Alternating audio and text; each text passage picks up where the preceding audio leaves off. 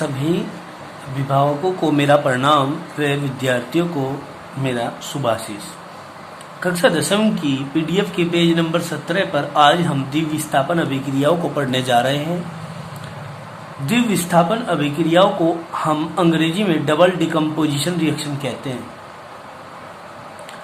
वे रासायनिक अभिक्रियाएं जिनमें यौगिकों के दो आयनों अथवा अवयवों का परस्पर विनिमय का मतलब होता है स्थानांतरण हो जाता है तथा नए यौगिक बनते हैं, द्विविस्थापन अभिक्रियाएं कहलाती हैं। क्या कहा? वे रासायनिक अभिक्रियाएं जिनमें यौगिकों के दो आयनों अथवा अवयवों का परस्पर विनिमय हो जाता है, द्विविस्थापन अभिक्रिया कहलाती हैं। फॉर एग्जाम्पल क्या कहेंगे? जब सिल्वर नाइट्रेट के विलयन में सोडियम क्लोराइड का विलयन मिलाया जाता है तो उनके आयनों के परस्पर विनिमय द्वारा सिल्वर क्लोराइड के सफेद अवक्षेप बनते हैं और सोडियम नाइट्रेट तो जो जल में विलय है विलयन में बना रहता है। फॉर एग्जाम्पल दैट देखिए AgNO3 एक्वस फॉर्म में यानी कि सिल्वर नाइट्रेट आपको जलीय फॉर्म में पाया जा रहा है, प्लस NaCl सोडियम क्लोराइड ये भी एक्वस फॉर्म में आप लोगों के पास है। तो यहाँ से क्या होता है, यहाँ से Ag और यहाँ से Cl क्रिया करते हैं और AgCl जो कि सॉलिड फॉर्म में होता है सफेद अवक्षेप के रूप में प्राप्त हो जाता है। हमारा शेष क्या रह गया है, यहाँ पर Na और यहाँ पर NO3। तो NaNO3 आपका एक्वस फॉर्म में आपको प्राप्त हो जाता है सोडियम नाइट्रेट। क्लियर? आगे चलते हैं। इन अभिक्रियाओं में AgNO3 के Ag प्लस आयन तथा NaCl के Cl निगेटिव आयन का परस्पर स्थानांतरण हो जाता है। ये एक दूसरे से एक्सचेंजेबल स्थिति में आ जाते हैं और AgCl के सफेद अवक्षेप प्राप्त होते हैं, जबकि Na पॉजिटिव आयन तथा NO3 निगेटिव आयन विलयन में बने रहते हैं। देखिए कैसे, Ag positive plus Cl negative is equal to AgCl सफेद अवक्षेप के रूप में ही हमें प्राप्त हुए हैं। नोट डाल के हमने क्या कहा, यह अवक्षेपण अभिक्रिया का उदाहरण भी है। क्यों? क्योंकि इसमें अवक्षेप बन रहे हैं, इसीलिए ये अवक्षेपण अभिक्रिया का उदाहरण माना जाता है। अवक्षेप अब अवक्षेप क्या होता है, सबसे पहले तो ये समझिए अवक्षेप क्या होता है। अवक्षेप होता है बचा खुचा गाढ़ा पदार्थ। जैसे चाय बनाते समय चाय को हम छान कर अलग निकाल लेते हैं और उसका जो मटेरियल होता है वो छलनी में अलग निकल जाता है। जो छलनी में अलग प्राप्त हुआ है वो उसका अवक्षेप है। चलिए, तो हम बात कर रहे थे अवक्षेप की। अवक्षेप होता है जो चाय के बाद बचा खुचा पदार्थ होता है, छलनी के ऊपर जो शेष रह जाता है भाग, उसको हम अवक्षेप कहते हैं। फिर हमने कहा अवक्षेप अविलय पदार्थ होता है, मतलब जो घुलता नहीं है, जिसे विलयन से ठोस रूप में अलग करते हैं। नेक्स्ट पॉइंट हम बात करते हैं, जब बेरियम क्लोराइड यानी कि BaCl2 के विलयन में सोडियम सल्फेट का विलयन मिलाते हैं, सोडियम सल्फेट मतलब Na2SO4 का विलयन मिलाते हैं, तो उसके आयनों के परस्पर विनिमय से बेरियम सल्फेट के सफेद अवक्षेप बनते हैं और सोडियम क्लोराइड जो कि जल में विलय है विलयन में बना रहता है। वो विलयन के अंदर जो का तो बना रहता है। जैसे BaCl2 एक्वस फॉर्म में लिया गया है यहाँ पर, और प्लस Na2SO4 ये भी एक्वस फॉर्म में लिया गया है। तो यहाँ से Ba और यहाँ से SO4 मतलब इसका पॉजिटिवली चार्ज और इसका निगेटिवली चार्ज आपस में क्रिया करते हैं तो BaSO4 बनता है, और प्लस Na के 2 और Cl के 2, तो हम क्या कहेंगे, तो 2 कॉमन ले सकते हैं और 2NaCl हमारा प्राप्त हो जाएगा एक्वस फॉर्म में सोडियम क्लोराइड। ठीक है ना। ये अब आपको ये रिएक्शन भी समझ में आ गई होगी। अब आगे चलते हैं। इस अभिक्रिया में BaCl2 के Ba पॉजिटिव 2 आयनों तथा Na2SO4 के SO4 निगेटिव 2 आयनों का स्थानांतरण होता है और BaSO4 के सफेद अवक्षेप प्राप्त होते हैं, जबकि दूसरा यौगिक NaCl विलयन में रह जाता है। क्लियर हुई ये बात। अब आगे चलते हैं नेक्स्ट पॉइंट।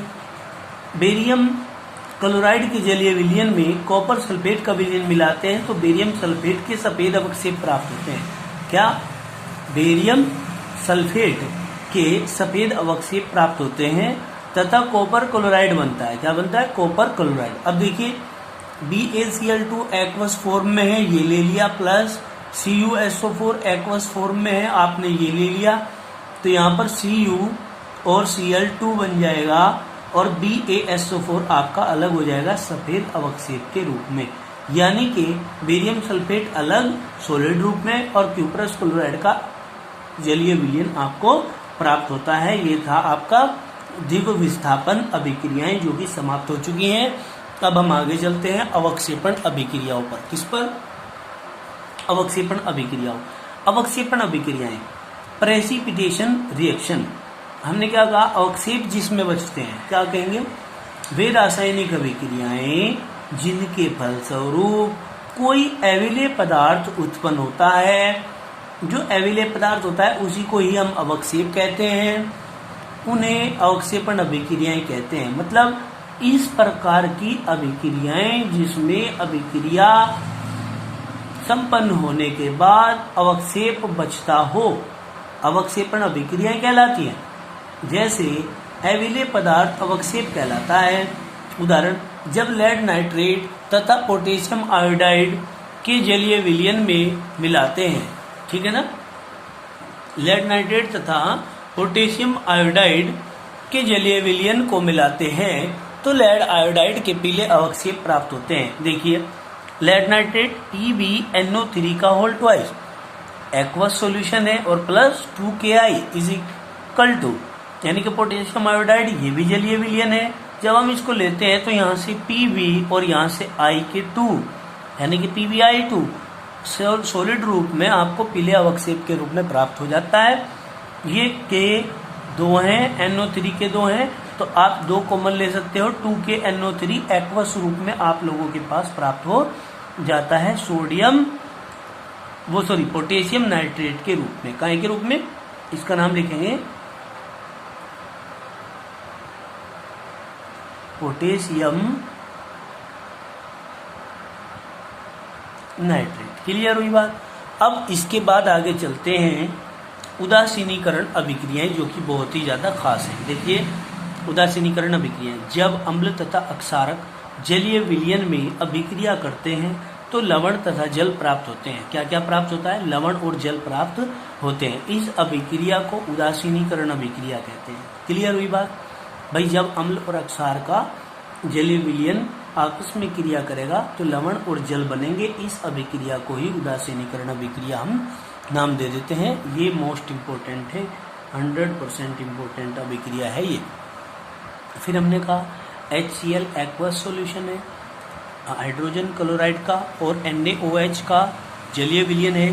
तो यहाँ से इसका निगेटिव पार्ट, इसका पॉजिटिव पार्ट, इसका पॉजिटिव पार्ट और इसका नेगेटिव पार्ट। तो इसका पॉजिटिव पार्ट H है और इसका नेगेटिव पार्ट OH है। तो ये क्रिया करेंगे तो जल का निर्माण करेंगे और ये NaCl के रूप में आपको प्राप्त हो जाएगा एक्वस सॉल्यूशन के रूप में, ठीक है ना, जो कि लवण बनाता है। फिर हमने कहा HNO3 ये अम्ल है, NH4OH ये अक्षारक है। तो इसका H पॉजिटिव इसके OH निगेटिव के साथ क्रिया करेगा और NH4 और NO3 बन जाएगा लवण। NH4NO3 अमोनियम लवण बन जाएगा, अमोनियम नाइट्रेट, और ये H2O अलग निकल जाएगा, ठीक है ना। यानी कि दोनों अभिक्रियाओं में हम देख रहे हैं कि अम्ल और अक्षार की क्रिया करते हैं तो लवण और जल बनता है। इस प्रकार की अभिक्रियाओं को ही उदासीनीकरण अभिक्रियाएं कहते हैं। वास्तव में उदासीनीकरण अभिक्रिया अम्ल से प्राप्त H पॉजिटिव तथा अक्षार से प्राप्त OH निगेटिव के मध्य होने वाली अभिक्रिया हैं। प्रबल अम्लों तथा प्रबल अक्षारों के बीच होने वाली अभिक्रियाओं के लिए उदासीनीकरण ऊष्मा का मान निश्चित होता है, 13.7 किलो कैलोरी प्रति मोल होता है। मतलब कहने की बात यह है कि अगर हम वास्तविक रूप में देखें तो जो अभिक्रियाएं होती हैं प्रबल अम्लों और प्रबल अक्षारों के बीच में, उनमें जो उदासीनीकरण ऊष्मा का मान होता है वो 13.7 किलो कैलोरी कन्फर्म वैल्यू का मान रहता है, ठीक है ना।